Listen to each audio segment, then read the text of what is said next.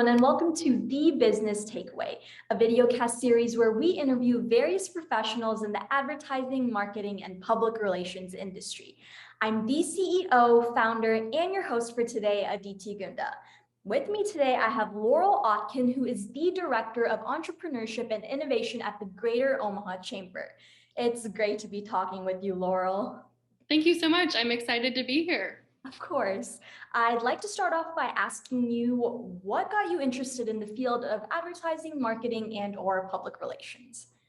Yeah, so I would say I knew that I had an interest in this space from a pretty early age. I grew up in the Omaha area and had the great privilege of going to Westside High School. And Westside was kind of set up in a way where they really tried to give their students at a young age, too, being 14, 15, going into high school, opportunities to really try a lot of different things, get involved with a lot of different things. So pretty early on in my high school experience, actually, I got heavily involved with their broadcasting program, journalism program. So did a lot with a lot of their magazine publication, was on their WTV, Warrior Television is what we called it, and then got really involved with DECA. So knew that I had an interest, at least, in kind of pursuing what advertising, public relations, marketing in and of itself would look like in college. And that kind of teed up where I ended up going to school and what I decided to study long term. Awesome. I was in journalism in high school. Well, I was in yearbooks, so that was really Awesome. exciting for me to hear about your journalism experience in high school. Yeah. Yeah. What was your education, where you went to college, bachelor's Yeah. degree, and master's degree, if applicable? Yeah, absolutely. So I went to the University of Nebraska-Lincoln. I was actually torn about going there. I had committed to the University of Missouri and was going to actually pursue their broadcasting program, but had a tour kind of last minute. Mom encouraged me to check out one of the local universities. Didn't want me to write it off completely. Toured the College of Journalism at the University of Nebraska and was just immediately sold. I walked through the J School, had a tour with a current student, and just realized, this is the right place for me to be. I felt like I was going to have a way, I would say, way better experience just getting hands-on exposure to the field that I wanted to be studying in from day one. And it definitely proved to be that opportunity. So my bachelor's degree is in journalism, but studied and majored in advertising public relations. The J School at the University of Nebraska-Lincoln is interesting too, where you can do concentration. So I ended up actually having a concentration in broadcasting, and then had minors in political science, business administration, and leadership studies. So I tried a lot of different things in college, and I absolutely loved it. I don't have my master's degree yet. It's definitely something that I'm considering down the road, but I do think that there are so many opportunities that you can pursue via virtual trainings nowadays too, where you can get kind of upskilled as an employee pretty quickly without necessarily needing that formality of a master's degree. Yeah, I totally agree with you. The J School is Yeah. amazing, and I'm a part of Bowie, and I'm not sure if you guys had like Bowie and Yacht back then, but Yes. I'm totally learning a lot.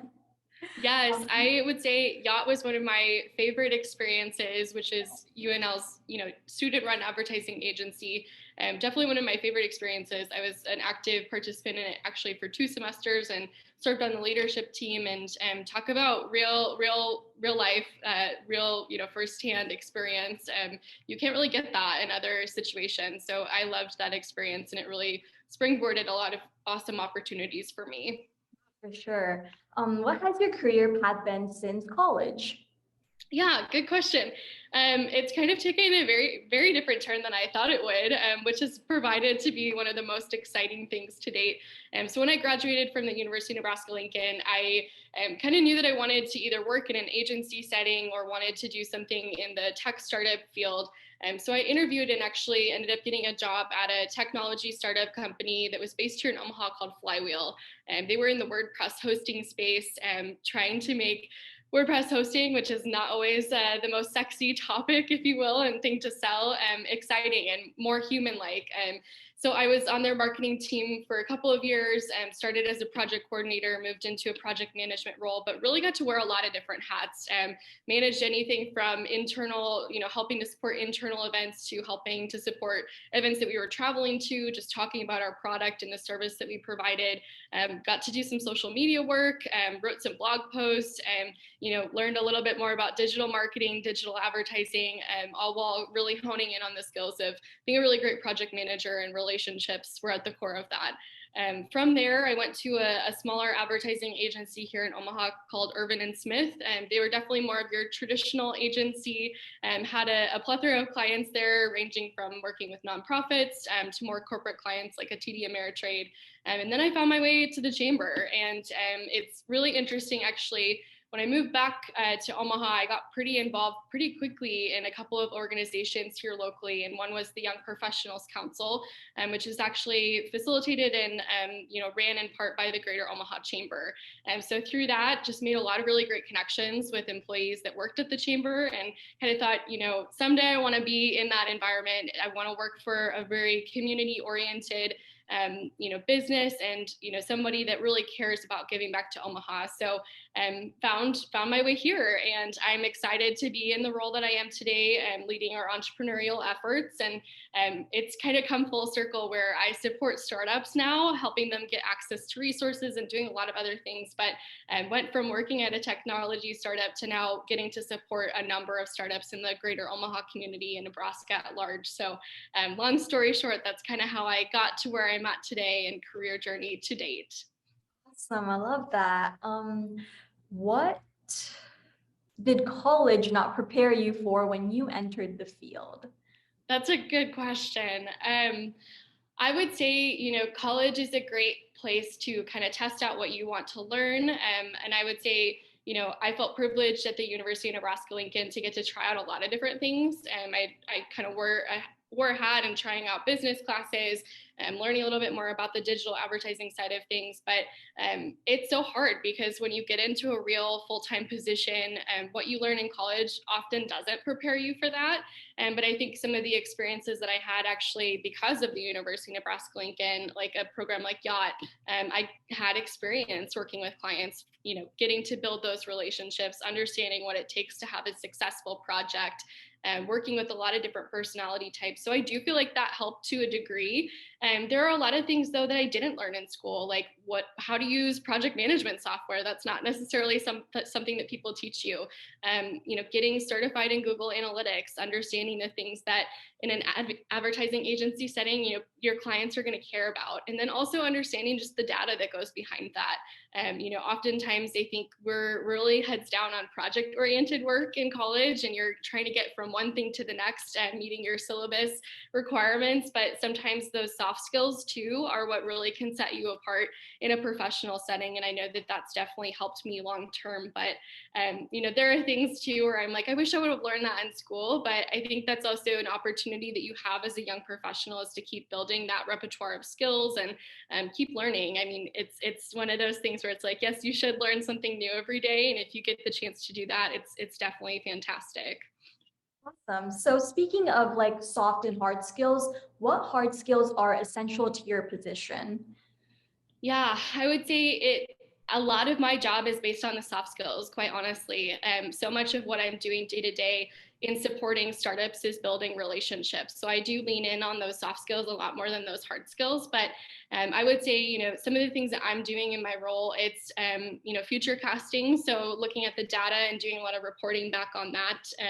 It's one thing to develop your own benchmarks and goals, but it's another thing to report on those, month to month, week to week, and actually understand the data. So I think that's something that's been helpful for me, at least, to understand how to do that. Strategic thinking is one of those things too, where I think we underestimate how much time it takes to be good at that. And it's a skill that I think you continue to grow and advance in year over year. But it's definitely something that takes time, energy, and it's not always taught in school how you think about a project, how you break it down, and how you get from point A to point B. But I would say really, like, quite honestly, a lot of what I do in my role is based on those relationship building skills. It's being a great communicator, it's listening, it's understanding what the needs of the startup community are and how I can better serve that. And then taking that knowledge and that learning that I have and it, actually putting it into practice and building programs that support that. So it's kind of twofold, but I hope that answered your question to a degree at least. Yeah, definitely. What kind of Awesome. education or training does your job require or background? Yeah. I would say, coming into a technology startup, being a project manager, it really helped me and kind of set me up for success. Knowing how to write. I mean, that's one skill that I think is underrated in any profession that you have. Being a strong communicator is something that can take you really far in life, in my opinion. Being able to write a polished email it's not a skill that everybody has. You definitely do. So I will say I've been impressed with that. But polishing up on those, like truly those communication skills. I had to learn kind of on the job when I first started in that technology startup setting, how to use a project management software tool, had to kind of do a deep dive into a lot of different tools and softwares and figure out what's going to work best for my team. And, the other thing that I had to learn pretty quickly, and I hope that it's something that's taught more regularly in school now, but using a CRM tool like HubSpot, and that's something that I use in my day-to-day job now, or using a CRM tool similar, just to keep up with, our leads and who we're reaching out to, who we're touching base with. And that's something that that skill in and of itself and being adaptable and learning new technologies is something that I think everyone, especially in this next generation that's joining the workforce, can benefit from, having grown up with technology and being proficient and adaptable in that.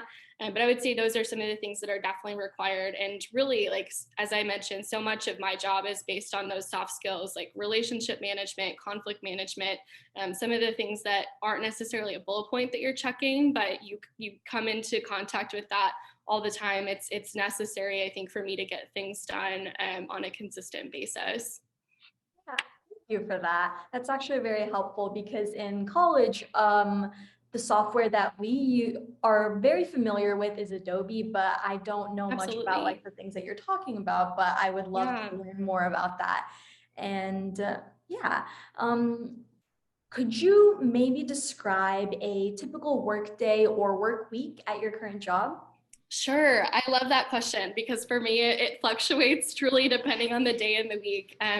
A lot of my week is spent one-on-one with startup founders. So I'm meeting them over coffee and talking to them about how their business is doing and figuring out how we can best support them through some of the programming that we offer via the Greater Omaha Chamber.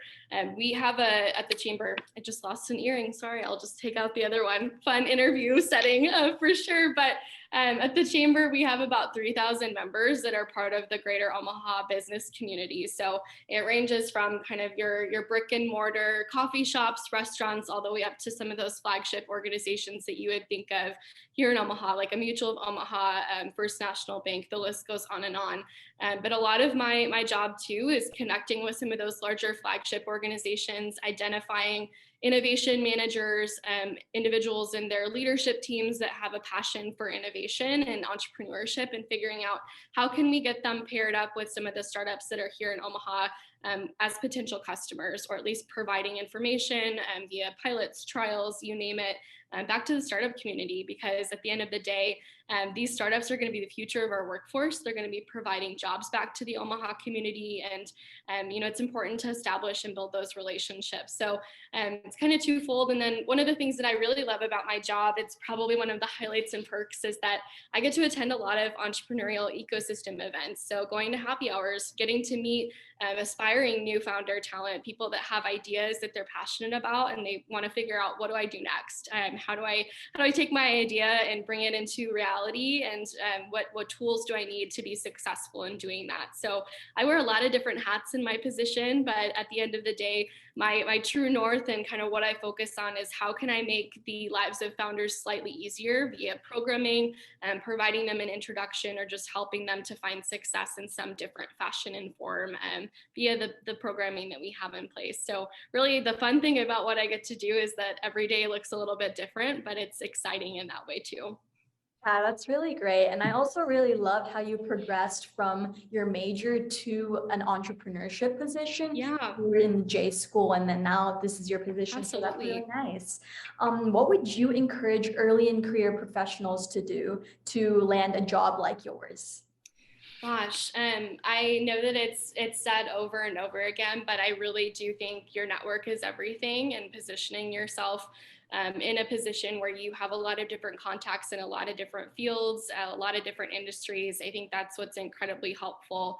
I was fortunate when I was in school and in college to be a part of a lot of different leadership groups on campus, and had the chance to be a part of student government. And a lot of those positions really let me experience and exposure to leaders outside of my sphere of influence. And I think the more that you're willing to kind of put yourself out there and say, I'm learning right now is a safe space because I'm in college, getting to connect with people that are in different types of work than maybe you think you're inclined to do, or making those connections, saying, hey, I would love to go to coffee and just learn about what you do day to day, just want to see if it's a right fit. I don't think you can ever do too much of that, and I think it takes a specific person to be the one, after a talk, if you will, or going to see someone speak at a conference. Very, very rarely do you have people that come up and say, hey, I took so much away from what you were saying, would love to get connected, and then actually following through on that. Sometimes those connections, they make all the difference when you're looking for a job or when you're looking for that next thing that you want to do. So truly your network is everything. I think the art of also crafting and understanding your story is hard to do. Students in the J School and who are studying journalism, broadcasting, advertising, PR alike are notoriously great storytellers, but not everyone has that skill. But being able to share, what's the value proposition that you bring to an employer, and being able to sell yourself as the right candidate fit. It's harder to do than you think, but being good at that and practicing that and finding mentors that are willing to help support you in crafting that story, it truly makes all the difference.